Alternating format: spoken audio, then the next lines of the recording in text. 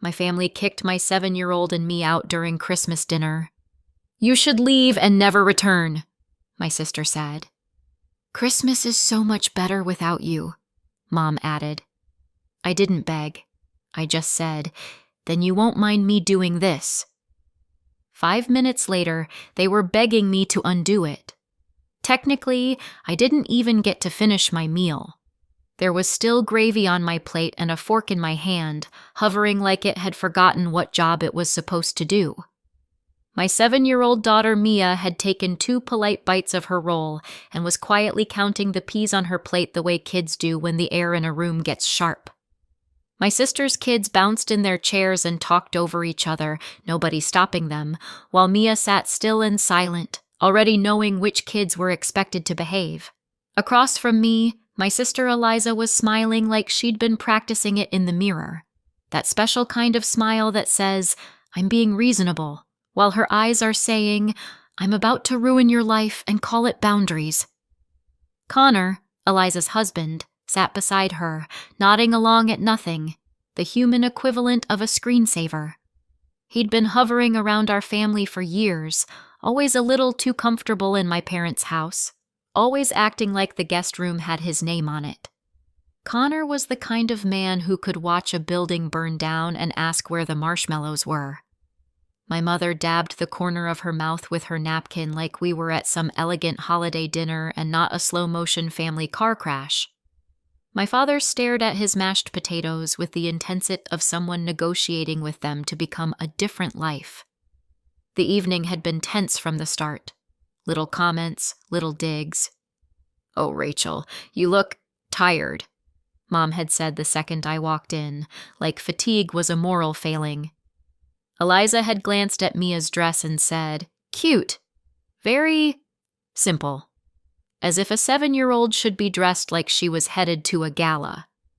Connor had asked, with a straight face, so, are you still in that phase where things are tight? I'd smiled through it. I'd done what I always do. Swallow, nod, pretend. Because it was Christmas. Because Mia was watching. Because I'd promised myself that this year would be different. And then, somewhere between the green beans and Eliza's third passive-aggressive compliment about her own centerpiece, she decided she was done pretending.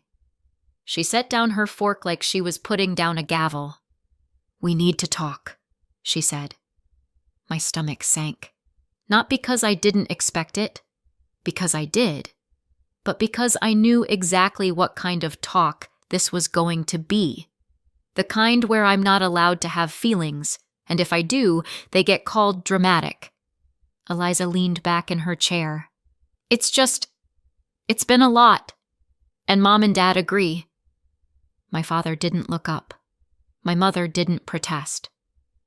Connor chewed slowly, like he'd been waiting for this course. Eliza, I said, keeping my voice even. What are you doing? She tilted her head. We've all decided you should leave, and never return. There it was, clean, practiced, like she'd rehearsed it with a ring light. Mia looked up from her peas. My mother chimed in immediately, like she couldn't bear to let Eliza have the spotlight for more than 2 seconds. Christmas is so much better without you. And she said it softly, almost kindly, like she was talking about a bad candle scent. I blinked. Once. Twice. I looked at Dad. He finally lifted his eyes, and for a second, just a second, I thought he might say something. Anything. A protest. A correction. A simple, hold on. But he didn't. He just looked tired, and silent, and complicit. Mia's little hand tightened around her fork. I felt something in my chest crack, quietly, politely, like a plate slipping off a counter in another room. And I knew I had 2 choices. I could beg, I could explain. I could do the whole humiliating routine where I try to prove I deserve to exist in my own family. Or I could stop auditioning. I set my fork down. Mia, I said gently, keeping my eyes on her. Honey, Can you go grab your coat? And your little backpack? We're leaving. She didn't hesitate.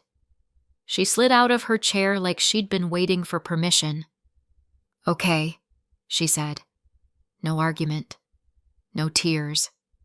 Just relief wrapped in a child's voice. She walked out of the dining room toward the hallway, and something about how quickly she went, how easily, made me feel sick. Like she'd been carrying this discomfort longer than I wanted to admit. The moment she disappeared around the corner, the room shifted. Eliza crossed her arms. Good. That's settled. Connor gave a little sigh, like we'd just resolved a scheduling conflict. My mother's mouth tightened. Rachel, don't make this harder than it has to be. I stared at them. All of them. And I felt my face do something unexpected. It smiled. Not a warm smile. Not a friendly one.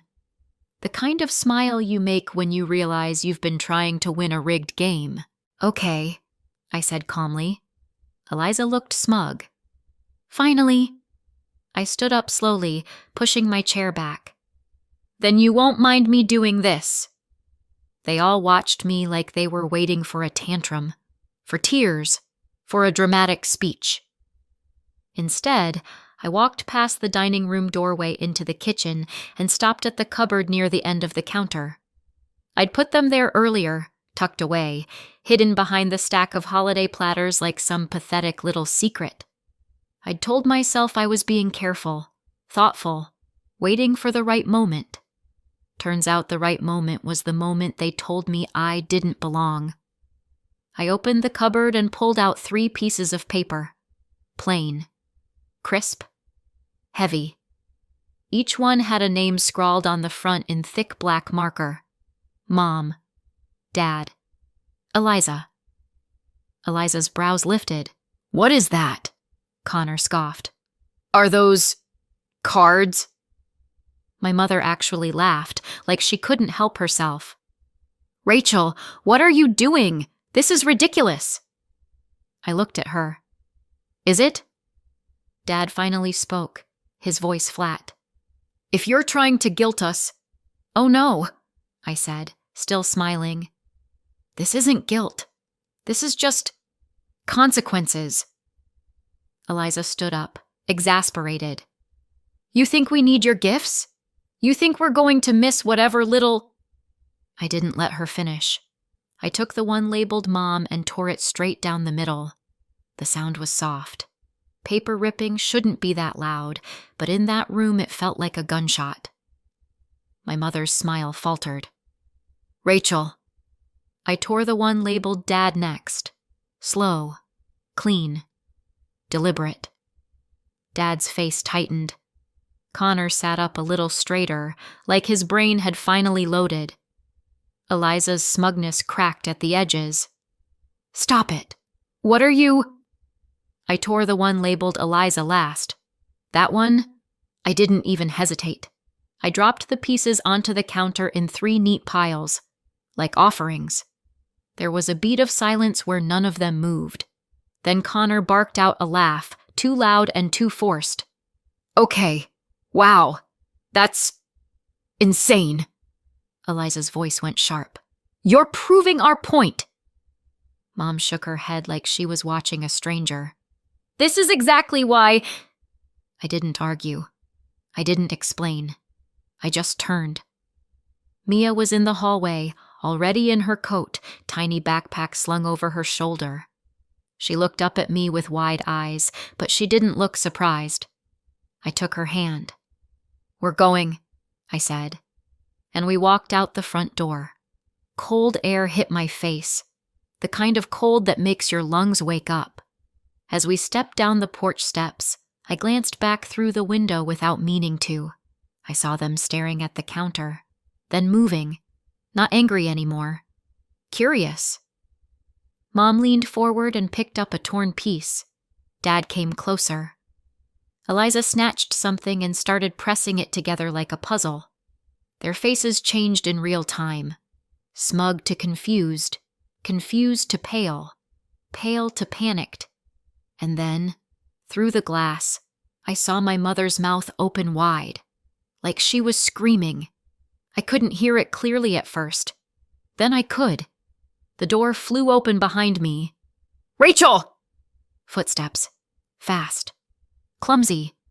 Eliza's voice, higher than I'd ever heard it. Wait! Come back!" Mia's hand tightened in mine as we reached the car. "Rachel!" Mom's voice cracked. Please, you can't." Dad sounded different too. Not calm. Not silent. "Rachel, stop! Just stop and talk!" I opened the car door, still holding Mia's hand. I looked at their faces, pale, frantic, transformed. 5 minutes ago, they'd told me Christmas was better without me. Now they were begging me to reverse something they still couldn't admit out loud. I slid into the driver's seat. Mia climbed in beside me. I started the engine, and I drove away. My sister Eliza is 6 years older than me. That matters more than you'd think. 6 years is the difference between being the baby everyone fusses over and the kid who's old enough to know better. 6 years is the difference between being precious and being useful. Eliza was the golden child before she had a full set of teeth. My mom used to say she was a miracle, like she'd personally negotiated with the universe for a daughter who could smile on command. Eliza was the kid strangers complimented in grocery stores. "What a little lady," they'd say. "So well behaved." I was the kid behind her, holding the cart, being told not to touch anything. If Eliza cried, the world stopped. If I cried, I was dramatic. Eliza got dance lessons. I got told to watch her while Mom ran errands. Eliza got, "She's just passionate." I got, "Why can't you be more like your sister?" Holidays were where it really showed. Eliza would open gift after gift while everyone watched. She'd squeal perfectly, laugh perfectly, hug Mom perfectly. My mother loved that. Loved the performance of it. Loved having a daughter who could make her look like the kind of mother people complimented. I'd get something practical. Pajamas, a sweater, a book. Then I'd get handed a trash bag and told to clean up the wrapping paper. And the craziest part is, I didn't even know it was wrong for a long time. When you grow up inside a system, you assume it's just how gravity works. By the time I was a teenager, I'd perfected the art of making myself small. I learned which subjects made my mother sigh, which opinions made Dad go quiet, which emotions made Eliza roll her eyes. So I stopped having them. Or I stopped showing them anyway. I left for college and thought maybe distance would fix it. I thought maybe being away would make my family miss me. They didn't. They missed having someone to blame when Eliza was unhappy, but that's not the same thing. I met my husband Daniel in my mid-20s. He wasn't loud. He wasn't flashy. He was the kind of man who would quietly hand you a cup of coffee without making a big deal about it, like kindness was something you were allowed to receive without earning.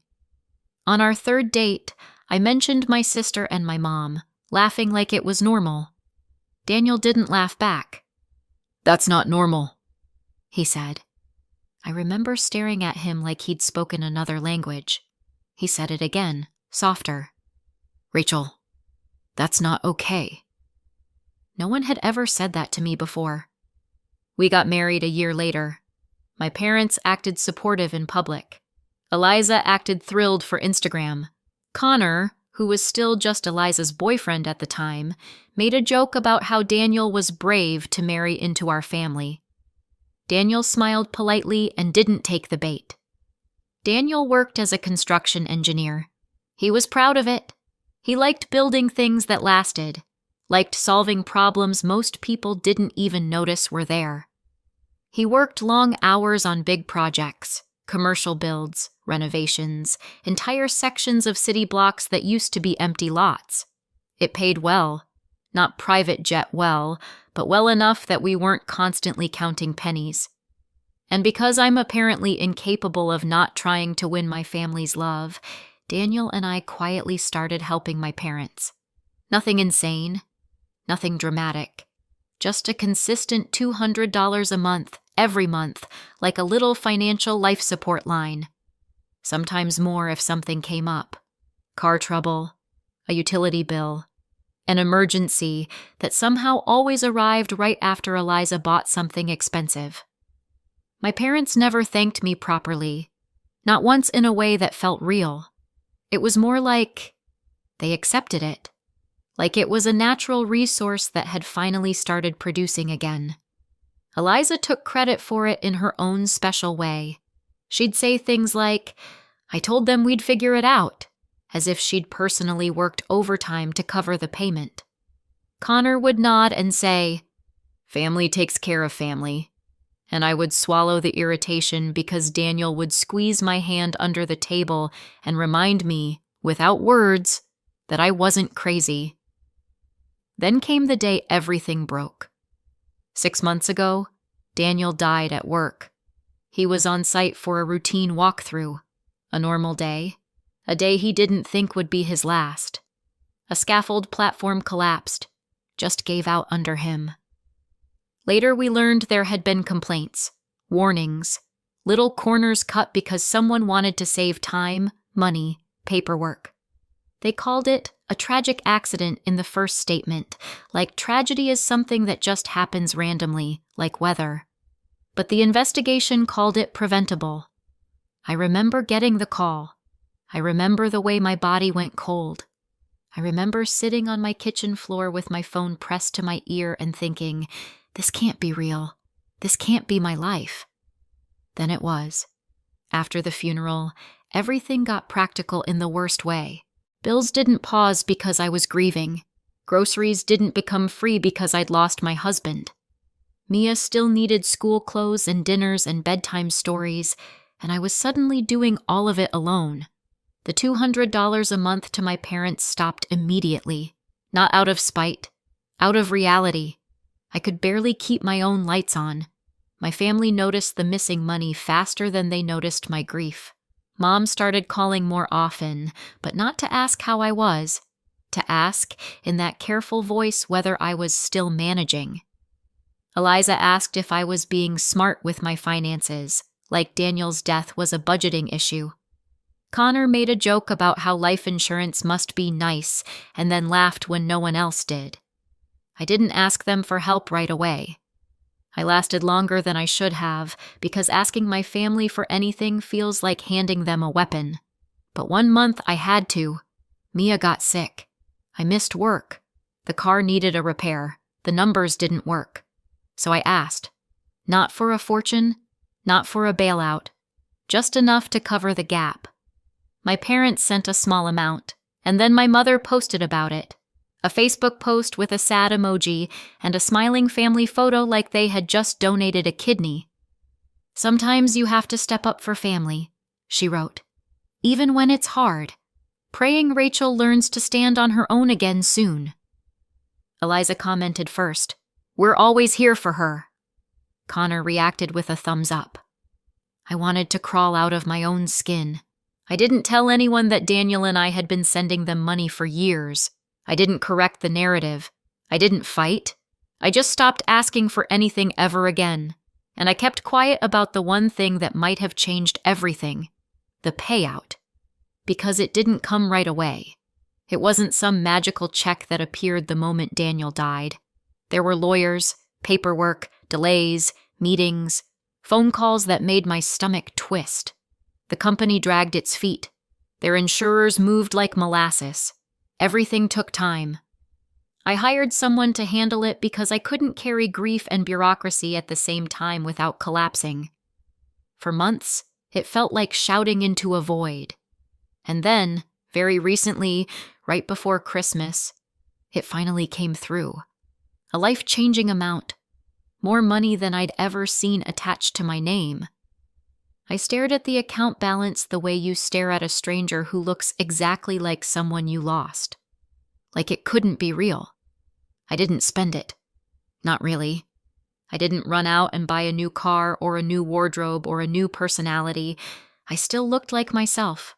Still sounded like myself.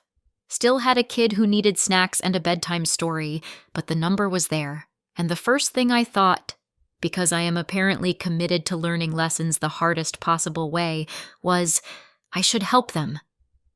Mom and Dad were older, still working, still drowning in debt they never admitted out loud.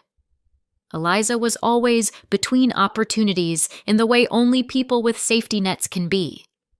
Connor had a talent for turning other people's money into our plans, and I thought, maybe this could fix it. Maybe this could buy peace. Maybe if I walked into Christmas and handed them something big, something that mattered, they'd finally see me as more than a burden. So I took a massive chunk of it and prepared 3 gifts, 3 pieces of paper, 3 names. I drove to their house with Mia in the back seat, telling myself this was a fresh start, telling myself this would change everything. Meanwhile, all they could see was the version of me they'd created in their heads, the broke widow who showed up at Christmas to ask for more.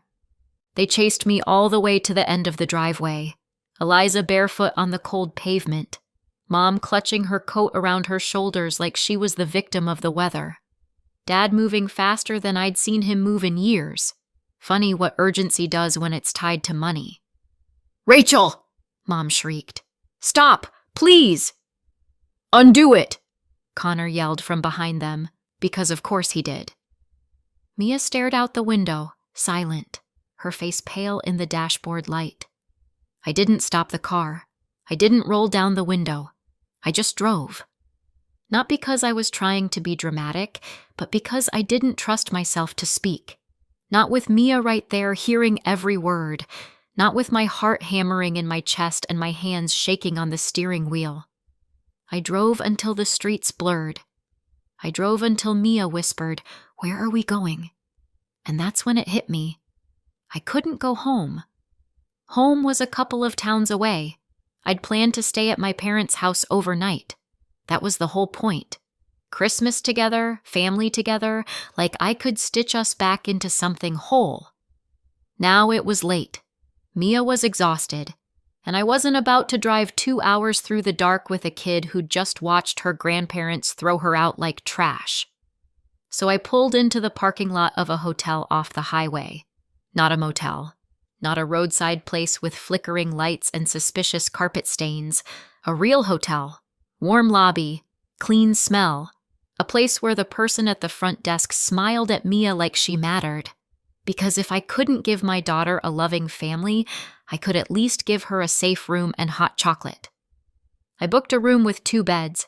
Mia kicked off her shoes and climbed onto one of them like she'd been holding her breath all day. I sat on the edge of the other bed and stared at my hands. For a minute, neither of us spoke.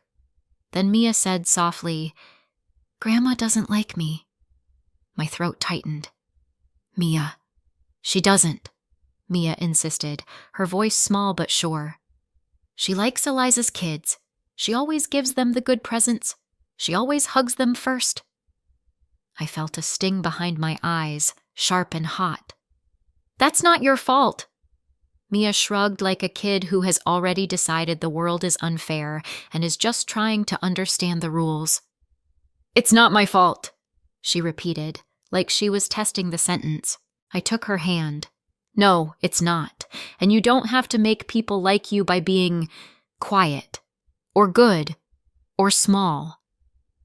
Mia looked at me like she was hearing something new. "But you do." I froze. Because she wasn't wrong. Kids don't miss much. They just don't always have the words. I swallowed hard and pulled her into my arms. "I'm sorry," I whispered into her hair. "I'm so sorry." Mia yawned, the adrenaline finally wearing off. "Can we watch a movie?" "Yes," I said, voice thick. "We can watch whatever you want." We ate vending machine snacks on the bed and watched a Christmas movie where everyone learned the true meaning of family. Mia laughed at the silly parts. I laughed too, but it came out a little broken. My phone buzzed nonstop on the nightstand.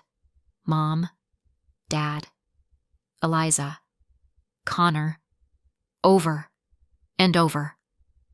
I ignored it while Mia was awake, After she finally fell asleep, sprawled sideways across the bed like a starfish, I stared at my phone until the screen dimmed. It buzzed again. "Mom," I answered. "Rachel!" Her voice burst into my ear, too bright, too high, like she'd been crying and was trying to hide it. "Oh, finally! Where are you? Are you safe? Is Mia okay?" I almost laughed. "Now you care?" "Rachel, please," she said quickly. "We didn't mean it. You know we didn't mean it." In the background, I heard Eliza's voice, sharp, angry. "Tell her to come back." Dad's voice too, low and tense. "Put it on speaker." Mom hesitated. Then I heard the click. "Rachel," Dad said, "this is ridiculous. Come back here and fix this." Eliza cut in. "Yeah, stop acting like a martyr. You're ruining Christmas." I stared at the sleeping shape of my daughter and felt my chest go tight again. "You already ruined Christmas," I said quietly. "You told me to leave and never return, with my kid sitting right there." "We were upset," Mom said fast. "Emotions were high. You know how Eliza—" "I do," I said. "I know exactly how Eliza is, and I know exactly how you are. I came to give, not to take. I came to help you, and you treated me like I was there to beg." Eliza snapped. "You don't get to tear something like that up and walk away like it meant nothing." Dad's voice rose. "Rachel, you need to fix this. You can redo it. You can write it again. Right now." There it was. Not apology, not love. Panic. I took a breath. "No," I said. "Not tonight. Not after what you said." Mom's voice cracked. "Rachel, please." "No," I repeated, and this time it felt steady. "Good night." I ended the call and turned the phone face down. My hands were shaking, but my mind was calm in a way I hadn't felt in months. Outside, cars hissed past on the wet road. Inside, Mia slept, safe. And somewhere in my parents' house, they were staring at 3 torn pieces of paper and realizing they'd just voted themselves out of the best outcome they'd ever get. For a few days after Christmas, everything went quiet. No calls, no texts, no checking in. Not even a passive-aggressive message from Eliza with a prayer hands emoji and a threat hidden behind it. At first, the silence felt like a relief, like the world had stopped shaking long enough for me to breathe. Mia went back to her routine. School, breakfast, homework. She asked fewer questions about Grandma. She didn't mention Christmas again, which somehow hurt more than if she had. I unpacked the suitcase we'd brought for what was supposed to be a family holiday. I folded Mia's little sweater and felt my stomach twist with anger all over again. Then, on the 3rd day, I opened Facebook. And there it was, a post from Eliza. A photo of her in my parents' living room, smiling in front of the tree like she'd just won an award. Connor beside her. Mom in the background holding a mug like she was starring in a wholesome holiday commercial. The caption was long. Of course it was. It started with something about family and betrayal, and ended with something about how some people show their true colors. She didn't use my name at first, which was almost worse, like I was a rumor.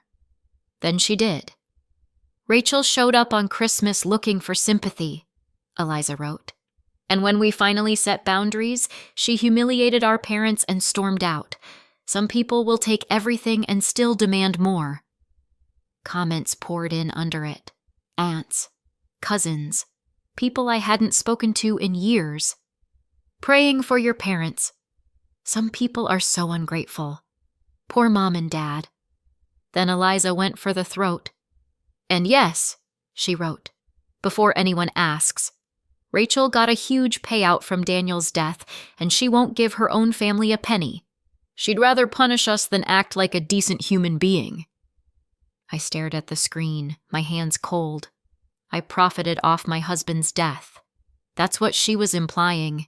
That I was lucky. that I should be grateful, that I owed them a cut of grief. My phone started ringing again within the hour, the flying monkeys, as my therapist would probably call them if I had the time to get one. An aunt. I just think you should apologize. Your parents are devastated. A cousin. Eliza said you went crazy and ripped up money in front of them. Another cousin. Is it true you got paid? That's wild. A message from someone I barely remembered.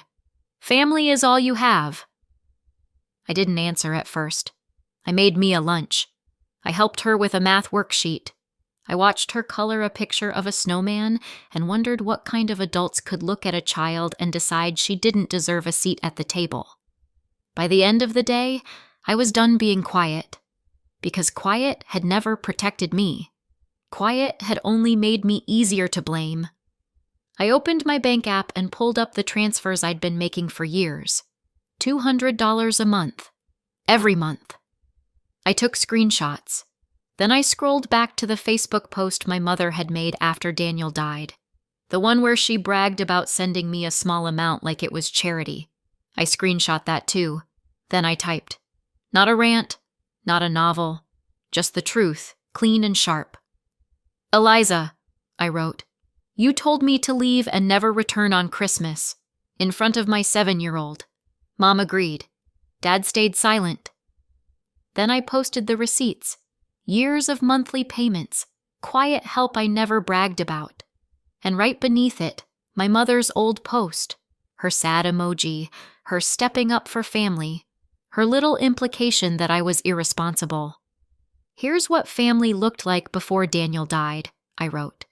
We supported Mom and Dad every month for years. I never posted about it. I never asked for applause. Here's what happened the one time I needed help. They posted about it like I'd robbed them. And for the record, I added, I didn't storm out. I left when my parents and sister told me Christmas was better without me in front of my 7-year-old daughter. I hit post. Then I turned off my phone and went to sit with Mia on the couch while she watched cartoons. It didn't take long. Within an hour, people started commenting on Eliza's post differently.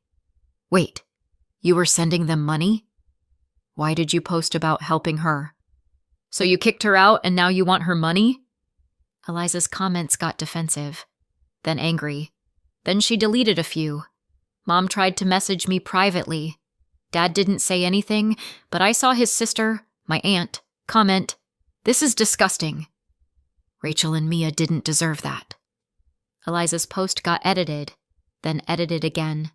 Then it disappeared. The next day, the doorbell rang. I looked through the peephole and felt my stomach drop. Mom and Dad were there. Eliza, too. Connor standing behind her like a supportive lamp. And in Mom's hands, a cake. Like frosting could undo cruelty. I opened the door just enough to step into the frame. "Rachel," Mom said, voice too sweet. "Hi, sweetheart." I didn't answer. Eliza smiled. Not the smug one from Christmas. A new one. The kind you wear when you want something. "We just want to talk," she said. "We've all had time to cool down." Dad cleared his throat. "We're family." Mom held the cake up slightly like it was a peace offering and not a prop. "We didn't mean what we said," she rushed. "You know that." I stared at them. "You meant it enough to say it." Eliza's eyes flickered. "That was a moment." "A moment," I echoed. "A moment where you looked at my kid and decided she didn't belong." Connor leaned forward a little. "Rachel, come on. Mia needs cousins. Family." Mia appeared behind me, peeking around my leg. Mom's face lit up instantly. "Mia! Hi, baby! Come give Grandma a hug!" Mia didn't move. Her little hand curled into my shirt. Eliza's smile tightened, but she kept it glued on. "See? This is what we're talking about. We can fix this. We just need to be together." I could practically hear the unspoken part. We just need access. We just need the door open. We just need you close enough to pressure again. I took a breath. "No," I said. Mom blinked. Rachel, no, I repeated. Calm, flat, final. You don't get to throw us out and then show up with cake and pretend you're kind. You don't get access to my daughter after you proved you don't even see her as family. Dad's jaw clenched. You're being cruel. I looked at him. You taught me. Eliza's mask slipped for half a second. The anger flashed. The entitlement. Then she caught it again, quick as a snake. Rachel, she said softly, don't do something you'll regret. I smiled, just a little. I already did something I regret. And it wasn't tearing up paper. I stepped back and closed the door. I locked it, and for the first time in my life, locking someone out didn't feel like cruelty. It felt like protection. About 8 months have passed since that Christmas, long enough for the noise to fade, long enough for the truth to settle into places that can't be argued with anymore. The settlement was $2 million.